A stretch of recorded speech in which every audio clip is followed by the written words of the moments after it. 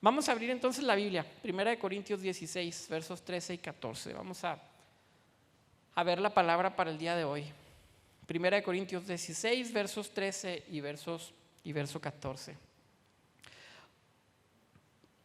Para este punto, el autor de Corintios está terminando su carta a los Corintios, y después de estar debatiendo sobre muchas cosas, después de estarles hablando de cosas importantes como el capítulo 15, que nos habla de la resurrección de Cristo, donde Pablo se mete directamente al problema de la resurrección como el fundamento de nuestra fe.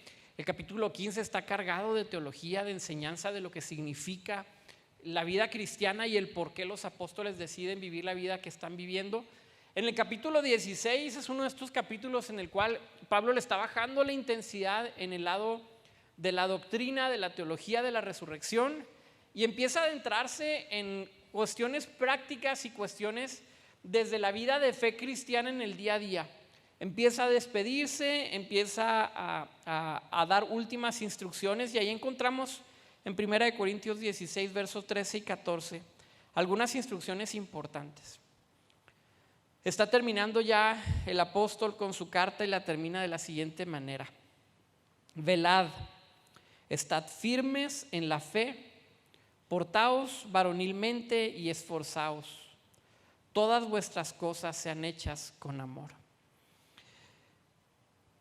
Dentro de las figuras que utiliza la Biblia, sobre todo el Nuevo Testamento, para hablar de la iglesia, a veces la iglesia se representa como un edificio donde todos somos parte, diferentes partes de este edificio. En otras partes aparece también como un cuerpo, y que somos el cuerpo de Cristo, y se nos habla de que todos tenemos diferentes funciones dentro de este cuerpo. Otra de estas figuras que utiliza la Biblia para hablarnos de la iglesia es precisamente el tema del ejército. Pablo va a utilizar estas palabras de milicia para expresarnos algo más de la iglesia, y creo que cuando vemos estos versos, Pablo está pensando precisamente en este lenguaje de milicia, porque las palabras que se utilizan en el original tienen que ver directamente con el lenguaje que utilizaban los militares en su época.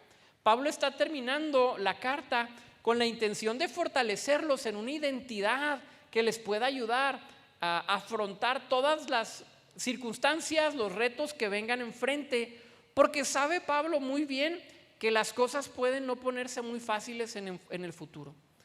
Y como siempre tratamos de contextualizar los problemas, nos dábamos cuenta que en el primer siglo los problemas eran problemas más bien físicos, vamos a llamarle de esta manera. Eran más bien problemas en los cuales tenían que ver con que te iban a meter a la cárcel, te iban a apedrear si eras cristiano, si te bautizabas te iban a rechazar de la sociedad, si confesabas a Cristo como el Señor, entonces automáticamente te oponías al señorío del gobernador en turno, del emperador en turno, y te posicionabas en un lugar muy peligroso donde toda la adversidad que vendría contra ti va a ser una adversidad, sí psicológica, sí espiritual, pero bastante física.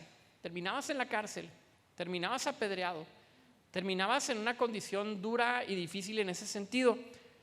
Cuando nosotros entonces hablamos de que esta misma fe para nosotros nos tiene que fortalecer en lo que viene, no nos estamos refiriendo únicamente, hermanos, a ese tipo de persecución. La persecución hoy es, como lo hemos venido mencionando en los últimos domingos, es una persecución cultural, es una persecución ideológica, es una persecución psicológica, es una persecución que nosotros tenemos por ser cristianos, y en ocasiones esa persecución y se siente porque puede ser una persecución seductora y atractiva y satisfactoria. La persecución en nuestros días nos da gratificaciones momentáneas que nosotros recibimos y decimos, bueno, no es tan dañino que yo lo esté consumiendo porque realmente no me meten a la cárcel, pero de alguna manera la estrategia que utiliza el mundo para alejarnos de Dios es una estrategia que tiene que ver con los placeres del mundo. No siempre se atrae a las, como dice el dicho de las moscas con hiel y con miel, atraes más moscas con miel que con hiel. A lo mejor la hiel les puede matar, pero la miel los puede atraer.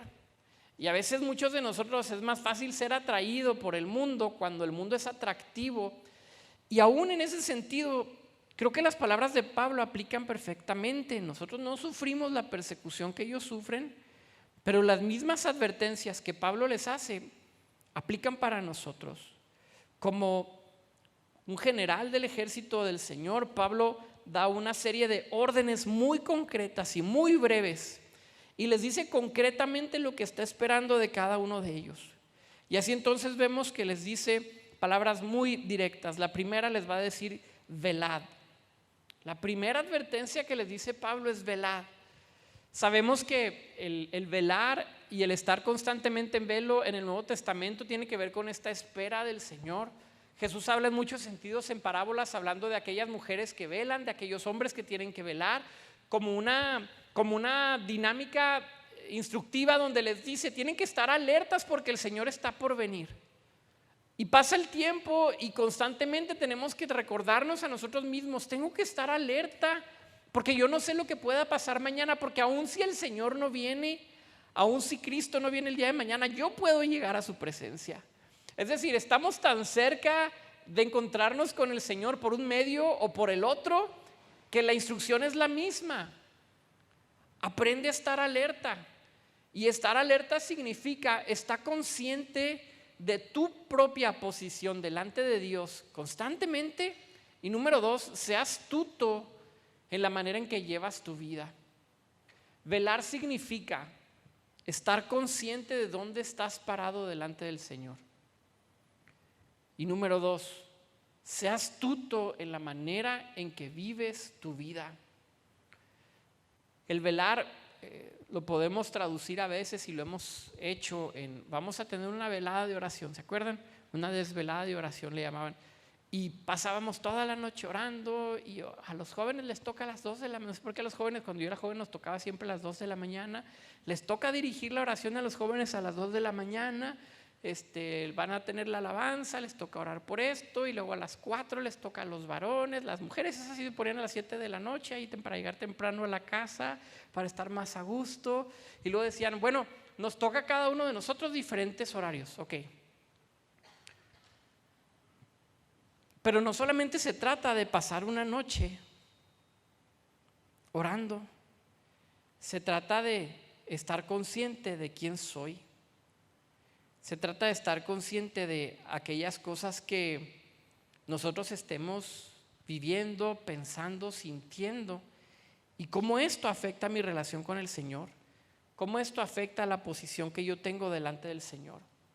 Y Pablo les dice como una orden del ejército, velen,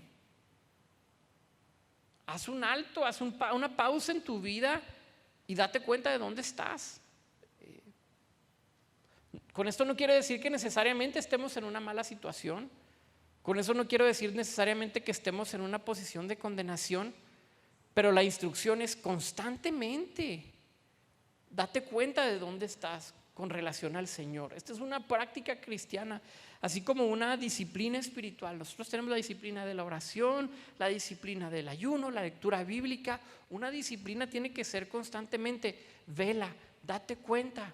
¿Dónde estás parado en tu posición delante del Señor?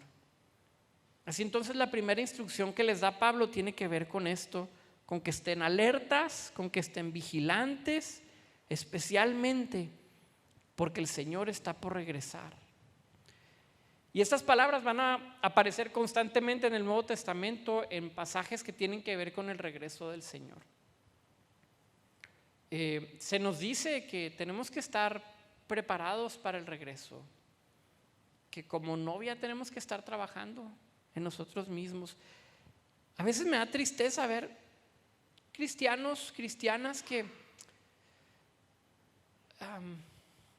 pareciera que no hay urgencia de que el reino de Dios se establezca y gastamos todos nuestros recursos y todos nuestros esfuerzos y todo nuestro tiempo en ciertas cosas y creo que el tiempo de recreación es bueno, es necesario, es parte de lo que Dios nos da como desfogue del estrés, de las circunstancias difíciles, pero como la misma palabra nos enseña, hay tiempos para descanso y hay tiempo para trabajar y hay tiempo para prepararse y hay tiempo para servir, pero también nos dice la palabra que el tiempo apremia, que realmente las cosas están cambiando, que las cosas se están poniendo difíciles, que la venida del Señor está cerca, y la invitación es que estemos trabajando constantemente en lo que nos toca para poder servir mejor al Señor. Haces bien si sirves a la iglesia, pero haces también muy bien si sirves a tus hijos, si discipulas a tus hijos, si trabajas en tu familia como un programa de discipulado hacia ellos, si tomas en serio la oración para poderlos sacar adelante, si quieres ver hombres y mujeres de bien que sirvan, que amen al Señor. Todo esto es parte de estar alertas y de poder nosotros velar cuando la Biblia nos dice que estemos listos para esta disciplina espiritual. Segunda palabra que les menciona Pablo en el verso 13. Estén firmes en la fe. También estas palabras firmes en la fe van a aparecer como una orden, como un imperativo de parte de Pablo. Una vez más parece que Pablo está pensando en que le está hablando a su ejército, a quien tiene a cargo. Y en esta ocasión les dice, estén firmes en la fe. ¿Qué significa esto? Un capítulo antes, en el capítulo 15, verso 58, ya les había dicho Pablo, estén firmes. Pero en el capítulo 16 le añade, estén firmes, pero no solamente estén firmes de las acechanzas del diablo, sino que estén firmes en la fe. Esta palabra fe puede interpretarse de varias maneras. Entendemos la fe como la confianza que tenemos en el Señor, es decir, está firme confiando en el Señor, pero la palabra fe también significa mantenerte fiel al Señor. Está firme manteniéndote fiel constantemente hacia el Señor. Mantente de alguna manera en una posición de fidelidad, pero además la palabra fe puede hablarnos de la doctrina. Mantente firme en la creencia que tú tienes, pero entiende bien la creencia que tienes. Entonces, en primera instancia les está diciendo, velen, estén alertas, constantemente estén alertas de lo que está pasando a su alrededor y de dónde están ustedes parados con relación al Señor. Pero la segunda instrucción es, con respecto a su fe, manténganse firmes. Y creo que estas dos tienen que ir de la mano, porque la sutileza del engaño del mundo nos hace dudar de nuestra fe por no estar alertas. Estamos viviendo tiempos tan absurdos donde lo que evidentemente es cierto y verdadero se pone en tela de juicio, cuando nosotros simplemente decimos que cada quien tiene su propia opinión. Y ese es uno de los más absurdos problemas que ha tenido la iglesia en 2000 años. Hace 500 años, hermanos, un poco menos, cuando se da el movimiento de la Ilustración, la ciencia empieza a crecer, el método científico se empieza a establecer, los métodos históricos empiezan a tomar forma. Hace 300, 400 años nadie nos íbamos a imaginar que uno de los grandes peligros para la fe cristiana iba a ser que dijeran, no, pues tú piensa lo que quieras, yo pienso lo que yo quiera, y tu pensamiento seguramente no es tan válido como lo es el mío, porque mi opinión es más importante, aunque no tenga cómo demostrarlo. Aunque la razón no me dé la razón, tu cristianismo es malo. Tu cristianismo entonces ha traído malas consecuencias al mundo. Tú puedes creer en Dios, pero yo no. Y de alguna manera el absurdo de la lucha con la que nos encontramos de la fe el día de hoy es que nosotros mismos a veces somos movidos por la influencia. Es que empezamos a dudar de que realmente la silla es azul. Bueno, pues es que todos dicen que es roja. ¿No será que yo estoy mal? Es que todos dicen lo contrario a lo que yo digo. ¿No será que yo estoy mal? Y a veces en una falta de convicción, lo que hacemos es decir, bueno, para no meterme en pleitos, voy a empezar a decir yo también que es roja. Entonces no me voy a meter en problemas, soy rojo. Y de pronto nuestro lenguaje empieza a cambiar, y de pronto nuestras ideas empiezan a cambiar también. Y creo que esto es lo que tiene que ver con lo que Pablo dice. Un capítulo antes le dice, estén firmes, pero aquí les dice, estén firmes en lo que creen, en sus convicciones, en lo que es la verdad, que es Cristo. Estén firmes en la enseñanza de la palabra de Dios. Estén firmes ustedes. Esto no se trata de ser agresivos. No tienes que ser agresivo con los demás. No tienes que ser orgulloso para con los demás. No tienes por qué estar diciéndole a todo mundo sus problemas y sus pecados y diciéndole que están mal. Yo no estoy diciendo esto. Yo estoy diciendo que nuestra propia convicción y fe a veces se ve tambaleada por la influencia que tenemos alrededor. Porque no dedicamos el tiempo suficiente a tener un estudio concreto y serio de nuestro cristianismo. Yo he estado, ahorita lo estaba pensando otra vez y lo he estado pensando esta semana con mi hijo Aaron, que ya tiene 8 años, ya es una persona racional, ya comprende y entiende perfectamente todo lo que se le diga. Y estaba pensando cómo oramos en las noches y él se acuesta en la noche en su cama y yo oro por él. Y por lo general trato de hacerle algún cariño, de ponerle la mano sobre su cabeza, sobre su espalda y pedirle al Señor que lo bendiga. Y yo estaba pensando que en algún momento tengo que cambiar esa dinámica y decirle: hijo, necesitamos orar juntos. Y que no yo ore por ti nada más, tú acostado ahí a medio sueño. En algún punto, hermanos, y esto aplica para cada uno de nosotros, necesitamos hacer una pausa en nuestras dinámicas espirituales y empezar a tomarlas más en serio. Porque cuando somos niños espirituales, sí, se permiten muchas cosas, son buenas, pues sí son buenas, pero hay cosas mejores. En algún punto hay que ponernos un alto y decir: ok, a ver, ¿es cierto lo que estoy viviendo?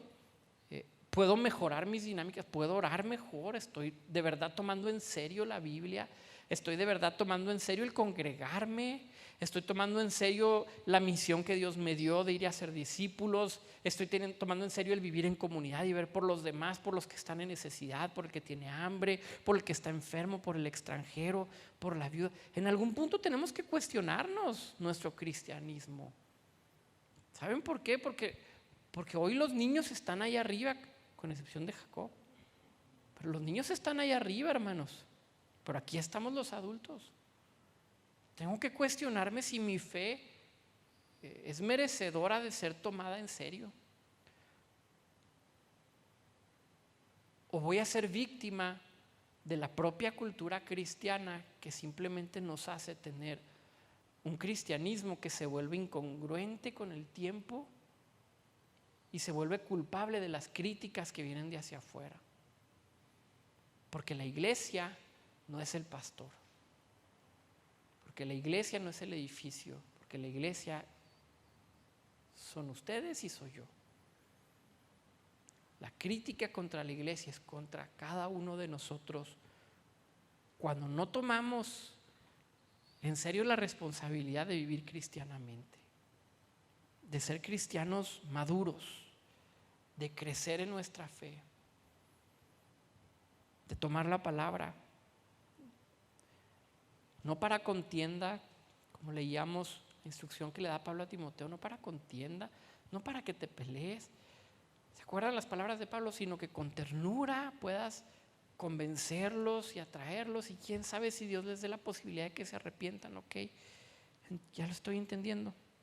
Entonces, estén firmes en la fe significa también que nosotros estemos firmes en nuestras convicciones y crezcamos y tomamos en serio nuestro cristianismo. Tercera instrucción que les da: portaos varonilmente. Otra traducción literal sería: sean hombres valientes. Estaba escuchando hoy en la mañana una entrevista que la escucho cada rato porque sobre el tema del pastorado de la mujer y del liderazgo de la mujer. Quiero platicarles que el Instituto Logos tuvo un tropiezo hace algunos meses precisamente por ese tema. Yo creo que la mujer tiene facultades bíblicas para ejercer el pastorado. Y sé que esto a lo mejor no a todo mundo le gusta por la enseñanza bíblica que a veces tenemos. Pero hoy estaba escuchando una entrevista de un exobispo anglicano sobre el tema del rol de liderazgo de la mujer en la iglesia.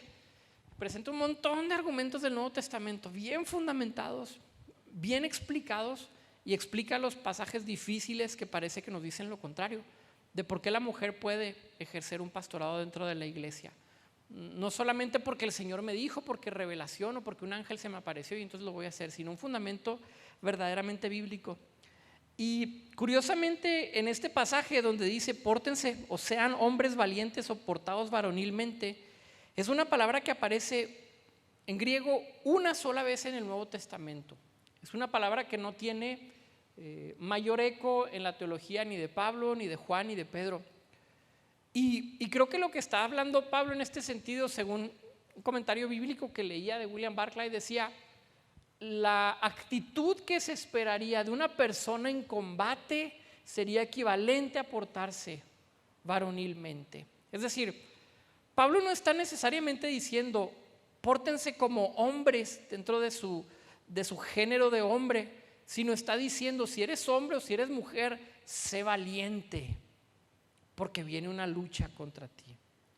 El tema no es de género necesariamente, sino que Pablo trata de encontrar una palabra que pueda englobar el que en el ejército no hay lugar para personas que sean cobardes o personas que sean débiles. Y esta palabra cobardía puede sonar muy fuerte, pero cuando hablamos del opuesto en el libro de los Hechos aparece que predicaban con denuedo la palabra de Dios. Es precisamente lo opuesto a ser cobarde, a ser valientes para hacer la obra de Dios. Entonces, tanto en el libro de los Hechos, que nos dice que cuando recibían el Espíritu Santo eran valientes, ahora Pablo una vez más les dice: sean valientes, no sean cobardes. La cobardía no se trata de que te pares afuera en un parque a gritar el evangelio o a recitar versos bíblicos. Se trata de tener una convicción que te haga tomar decisiones que le den rumbo a tu vida hacia el camino del Señor. Porque inmediatamente nosotros pensamos en las cosas más simples. Ok, la Biblia dice que no sea cobarde. Ok. Va a agarrar fuerzas para irle a decir a esa persona que el Señor lo ama. Sí, pues hay que ser valiente. Puede ser que sí. Pero a veces valentía es un poco más profundo. A veces valentía es tomar la convicción que el Señor te ha dado para tomar las decisiones que le den rumbo a tu vida. Tomar las decisiones correctas que den gloria al Señor.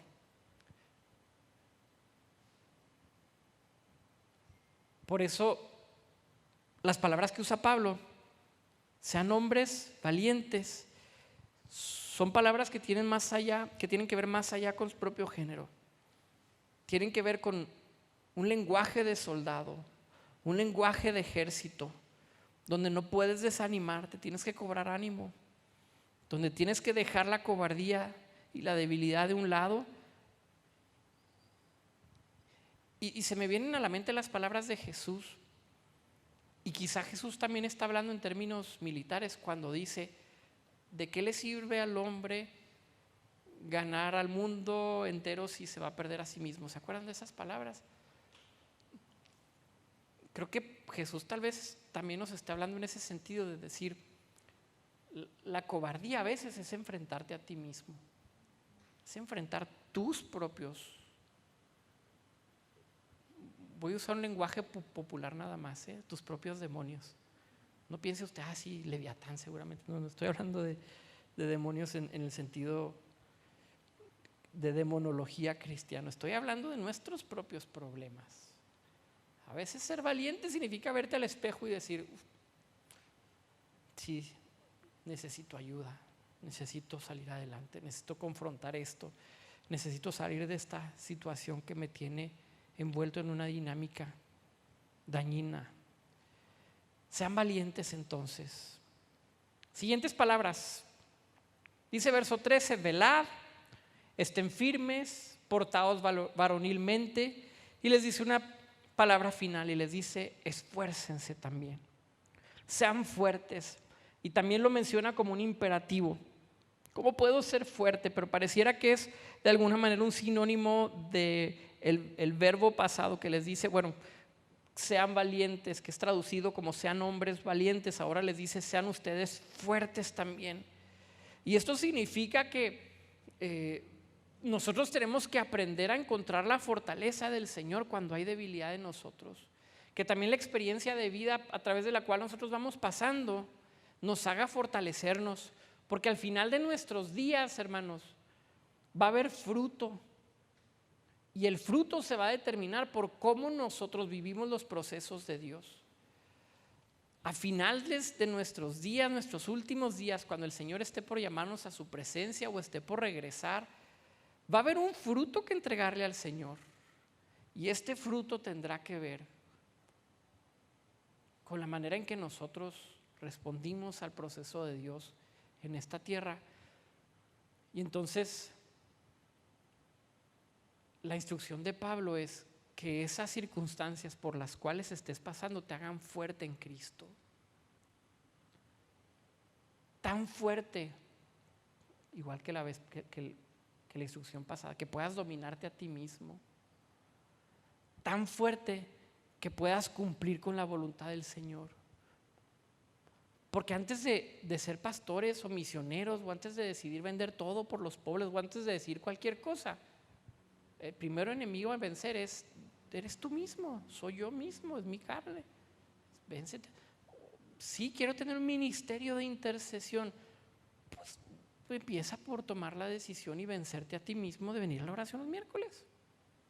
Es que quiero llegar a hacer esto. Pues, domínate a ti mismo. Es que quiero saber más Biblia, me gustaría saber un poco más. Pues domínate a ti mismo y abre la Biblia en tu casa y ponte a leerla. Es decir, siempre el primer obstáculo somos nosotros. Siempre el primer obstáculo a vencer somos nosotros. Sé fuerte. Por eso es que en la medida en que el Señor nos va pasando por procesos, nuestra fuerza depende del Señor y nuestro yo se va debilitando y menguando. Que el Señor crezca y que yo mengüe, las palabras de Juan. Que el Señor crezca y que yo mengüe. Termino con un himno de un pastor también anglicano, Sabine Baring-Gould se llama, y decía: muévase potente la iglesia de Dios, de los ya gloriosos vamos hoy en pos, somos solo un cuerpo y uno es el Señor, una la esperanza y uno nuestro amor. Muévase potente la iglesia de Dios. Cierra tus ojos, vamos a orar. Señor, antes de soñar con ser el ejército poderoso y glorioso, Señor, debemos de creer primeramente que es tu Espíritu el que nos da el poder para hacerlo. Y debemos de entender también, Señor, que hay decisiones importantes que tomar.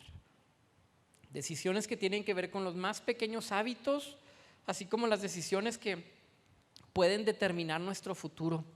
Aquellas decisiones que traen convicción a nuestras vidas para seguirte, para servirte, para ser un fiel testigo de lo que tú has hecho en nuestras vidas, Señor. Aquellas decisiones que dicen: heme aquí, aquí está tu ejército, Señor, aquí están tus siervos, aquí están tus hijos. Padre, de la misma manera también ayúdanos a tener estas convicciones. Ayúdanos a ser personas que responden a tu llamado, y como el apóstol Pablo ve la necesidad de hablarles imperativamente, Señor, como una orden, así nosotros recibimos la misma instrucción de velar, de estar alertas, de estar atentos, Señor, de ser fuertes, de ser valientes, de dejar la cobardía, de dejar de refugiarnos de los problemas, Señor. ¿Cuántos de nosotros hemos querido evitar el conflicto y los problemas, Señor? Eso no nos hace crecer. Danos la sabiduría para crecer, para ser valientes, Señor. Bendice a tu iglesia esta tarde, Señor. En el nombre de Jesús oramos. Amén.